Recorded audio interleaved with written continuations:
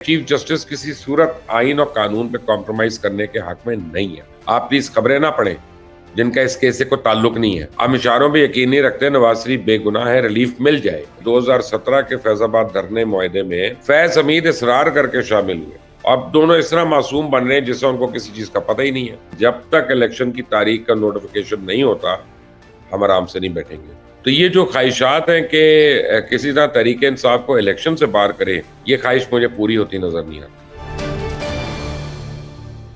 السلام علیکم, آپ دیکھ رہے ہیں مبشر لقمان یوٹیوب چینل. آپ کو میں بتاؤں کہ supreme court practice procedure act جو ہے اس سے متعلق 9 درخواستوں پہ اس وقت بھی سماعت جاری ہے جب یہ میں ریکارڈ کر رہا ہوں, اور یہ براہ راست ٹیلی ویژن پہ نشر بھی ہو رہی ہے. اب سماعت کے آغاز پہ چیف جسٹس نے کہا کہ ہماری کوشش ہوگی کہ آج اس کیس کا خاتمہ کر دیں یا اختتام کر دیں. تو آج پھر سماعت کے دوران چیف جسٹس نے ڈانٹ پلائی ہے وکیل اکرم چودھری کو. پچھلی سماعت میں تو خواجہ طارق رحیم جو تھے وہ چیف جسٹس کے نشانے پہ تھے, اور آج اکرم چودھری. انہیں چیف جسٹس نے یہ بھی کہا کہ آپ پلیز خبریں نہ پڑھیں جن کا اس کیس سے کوئی تعلق نہیں ہے. عدالت کو سیاسی بحث کے لیے استعمال مت کریں. میڈیا موجود ہے, جا کر سیاست کریں. وہاں پہ اگر آپ نے کرنی ہے قانونی دلائل دیں. یہاں پہ یہ دلیل دیں کہ پارلیمنٹ نے کیسے عدلیہ کا حق سلب کیا. تو آج کی اب تک کی جو سماعت کا اہم کرکس ہے نا, وہ یہ ہے کہ چیف جسٹس کسی صورت آئین اور قانون پہ کمپرومائز کرنے کے حق میں نہیں ہے. اور انہوں نے تانا دیا ہے کہ جب مارشل لا لگتا ہے تو سارے ہتھیار پھینک دیتے ہیں. اور اس کمرے میں بڑی تصویریں لگی ہوئی ہیں جو مارشل لا آنے پہ اپنے حلف بھی بھول جاتے ہیں, اور پارلیمان کچھ کرے تو تب کو سب کو حلف یاد آ جاتا ہے. اب مارشل لا کے خلاف بھی تب درخواستیں لایا کریں, وہاں کیوں نہیں آتے؟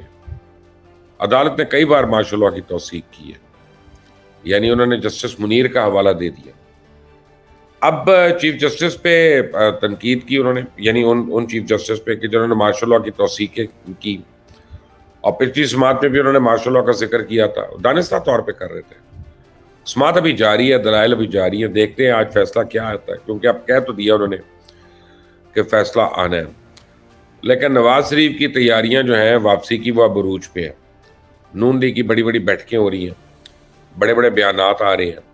رانا ثناء اللہ کہتے ہیں کہ نواز شریف 21 اکتوبر کی شام کو 5:30 بجے لاہور پہنچیں گے, اور ان کی حفاظتی ضمانت کے لیے قانونی ٹیم نے تیاری مکمل کر لی, اور نواز شریف حفاظتی ضمانت لے کے عدالت کے سامنے سرنڈر کریں گے. ہم اشاروں پہ یقین نہیں رکھتے نواز شریف بے گناہ ہے, ریلیف مل جائے گا. اب نواز شریف ڈیل کے تحت گئے نہ ڈیل کے تحت واپس آ رہے ہیں, لیکن پورا اسلام آباد اس وقت گرم ہے ڈیل کی باتوں سے. اور جب یہی رانا صاحب کہہ رہے تھے کہ کلیئرنس مل گئی, یاد کریں, تو یہ سب طے ہو گیا, تو خواجہ آصف کہہ رہے تھے کہ 0 ریس پر واپس آئیں گے. اب بیانیے کا پھٹا ہو گیا. کئی باتیں ایک دم بھول جانا آسان ہے. جن باجوہ نے نواز شریف کو باہر بھیجا, وہ ڈیل کر کے ہی باہر گئے, اور یہ بات خواجہ آصف کئی شوز میں کہہ چکے ہیں. نون لیگ کے سب لوگ مانتے ہیں. دوسری کو ڈیل کر کے واپس نہیں آ رہے تو پہلے احتسابی بیانیہ کا بنانا, پھر شہباز شریف کا لندن جانا, پھر جاوید لطیف کا بیانیہ تبدیل کرنا, پھر لندن میں بیٹھک ہونا جس میں یہ طے ہونا کہ اب جارحانہ پالیسی نہیں چلے گی. کیا یہ ڈیل نہیں ہے؟ اگر کچھ اور ہے تو بتا دیں. نواز شریف کو باہر بھیجا کس نے, یہ پوچھتے ہیں خواجہ آصف. اب نون لیگ والوں کی معصومیت کا بھی ایک اپنا ہی لیول ہے. ہر بار سویلین بالادستی ہار جاتی ہے. اب فیض آباد دھرنا چونکہ آج کل پھر سے خبروں کی زینت ہے, تو اسی حوالے سے احسن اقبال سے سوال کیا گیا, کیونکہ وہ تو صرف وزیر داخلہ تھے نا, اور ان کا بڑا اہم کردار تھا. تو کہتے ہیں کہ جی 2017 کے فیض آباد دھرنے معاہدے میں فیض حمید اصرار کر کے شامل ہوئے. دھرنا معاہدے میں اس وقت کے وزیر اعظم شاہد خاقان عباسی اور میں اس کے حق میں نہیں تھے کہ فیض حمید اس معاہدے پہ دستخط کریں, لیکن فیض حمید نے اصرار کیا کہ اگر انہوں نے معاہدے پہ دستخط نہیں کیے تو یہ مذہبی جماعت یعنی تحریک لبیک اس کو تسلیم ہی نہیں کرے گی. احسن اقبال وزیر داخلہ تھے, شاہد خاقان وزیر اعظم تھے. اب دونوں اس طرح معصوم بن رہے ہیں جس سے ان کو کسی چیز کا پتہ ہی نہیں ہے, جس سے ان کو کسی نے یرغمال بنایا ہوا تھا اور گن پوائنٹ پہ ان سے یہ کرا لیا سب کچھ. بہرحال نواز شریف پوری زندگی سویلین بالادستی کا کہتے رہے, لیکن اپنی حکومت کا یہ حال تھا, کبھی وہ مشرف سے لڑتے ہیں, کبھی وہ غلام اسحاق خان سے لڑتے ہیں, کبھی راحیل شریف سے اختلاف ہو جاتا ہے, پھر جن باجوہ پہ حملے کرنے شروع کر دیتے ہیں, اور ہر بار سویلین بالادستی جو ہے وہ دم توڑ دیتی ہے. لیکن اب پیپلز پارٹی بھی شکایتیں کر رہی ہے. بلاول بھٹو کہتے ہیں جی حلقہ بندیاں ہو گئی ہیں, اب الیکشن کی تاریخ دے دیں. پیپلز پارٹی انتخابات کے لیے پوری طرح تیار ہے, اور کہتے ہیں کہ جی پیپلز پارٹی واحد جماعت ہے جو چاہتی ہے کہ الیکشن وقت پہ ہوں. کچھ جماعتیں حلقہ بندیاں تو کچھ جماعتیں موسم کی بات کرتی ہیں, لیکن جب تک الیکشن کی تاریخ کا نوٹیفیکیشن نہیں ہوتا ہم آرام سے نہیں بیٹھیں گے. اب جو مرضی وہ کہیں, لیکن پیپلز پارٹی کے اندر بھی دو دھڑے ہیں.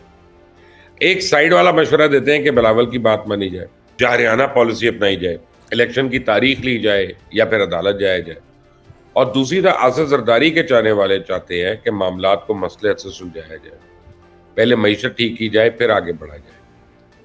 بہرحال اب سردی اور موسم کی بات کر کے وہ شاید خاقان عباسی اور مولانا فضل الرحمان کی طرف اشارے کر رہے ہیں, کیونکہ انہوں نے کہا تھا نا کہ الیکشن سردی میں نہیں ہونا چاہیے, اور تو کسی نے نہیں کہا.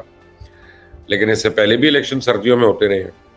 2008 کے الیکشن بھی فروری میں ہوئے تھے جب پیپلز پارٹی جیتی تھی. تو بظاہر اگر یہ درخواست سپریم کورٹ یا کسی عدالت میں گئی تو لگتا ہی ہے کہ وہاں سے توڑ جائے گی کہ سردی میں الیکشن نہیں ہونے چاہیے. بہرحال الیکشن کمیشن نے عمران خان کو پارٹی چیئرمین شپ سے ہٹانے, انتخابی نشان واپس لینے کے لیے درخواستیں دائر کر دی. اب الیکشن کمیشن ان درخواستوں پہ ابتدائی سماعت 10 اکتوبر کو کرے گا.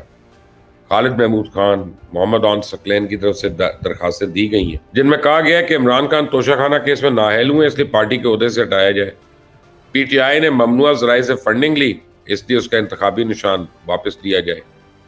تو میرا یہ خیال ہے کہ ممنوعہ ذرائع والی جو بات ہے نا, یہ ابھی تک تو ثابت نہیں ہوئی ہے, کیونکہ فوراً فنڈنگ کیس چل رہا ہے, اور جب اس کیس کا فیصلہ بھی آتا ہے تو اس کے فوراً بعد اپیل ہو جائے گی, اور وہ کسی سپیریئر کورٹ میں اس کے لیے میں خیال اسلام آباد ہائی کورٹ میں لگے گی وہ.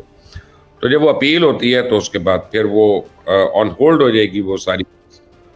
تو یہ جو خواہشات ہیں کہ کسی طرح تحریک انصاف کو الیکشن سے باہر کرے, یہ خواہش مجھے پوری ہوتی نظر نہیں آتی ہے, اور خاص طور پہ اس لیے کہ اس میں دونوں پیپلز پارٹی اور نون لیگ دونوں کی خواہشات ہیں کہ پی ٹی آئی کو الیکشن سے نہ باہر کیا جائے. عمران خان کے بہرحال وہ حق میں نہیں ہے, لیکن وہ کہتے ہیں پی ٹی آئی کو الیکشن سے باہر نہ کریں ورنہ کوئی اس الیکشن کو مانے گا ہی نہیں, اور سارے کہیں گے کہ الیکشن فارس ہے.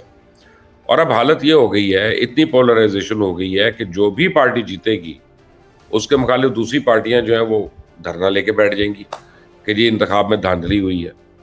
تو ان انتخابات کے رزلٹ جو ہیں وہ آپ کو میں ابھی سے بتا رہا ہوں, جو مرضی آئیں ان کے اوپر پھڈا پڑتا ہے, ان کے اوپر لڑائی ہونی ہے. اور ایک عام تاثر یہ ہے کہ اس بار انتخابات میں آزاد امیدوار جو ہیں ان کی بہت بڑی تعداد جیتے گی.